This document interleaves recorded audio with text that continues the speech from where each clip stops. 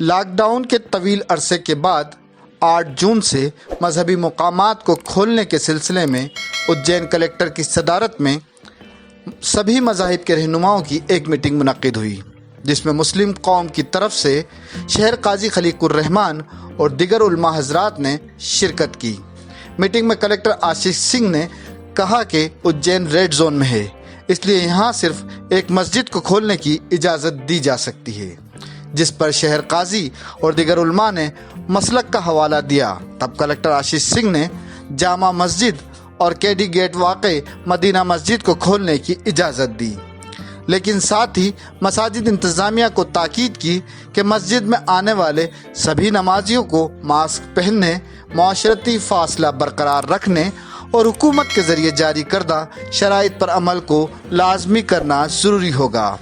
Meeting کے بعد شہر قاضی نے کہا کہ ریڈ زون ہونے کی وجہ سے انتظامیہ صرف ایک مسجد میں نماز کی اجازت دے رہا تھا، لیکن انہیں بتایا گیا کہ الگ الگ مسلک کے لوگ شہر میں رہتے ہیں، جس پر ابھی 2 مساجد میں عبادت کی اجازت مل گئی ہے، اور کہا ہے کہ 15 تاریخ کے بعد شہر کی باقی تمام مساجد کے بارے میں فیصلہ لیا جائے گا۔ اس موقع پر بہرا سماج کی جانب سے شامل ہوئے نمائندوں نے کہا کہ جس طرح انتظامیہ چاہتا ہے اسی طرح سے مذہبی مقامات میں حکومتی شرائط پر عمل کیا جائے گا۔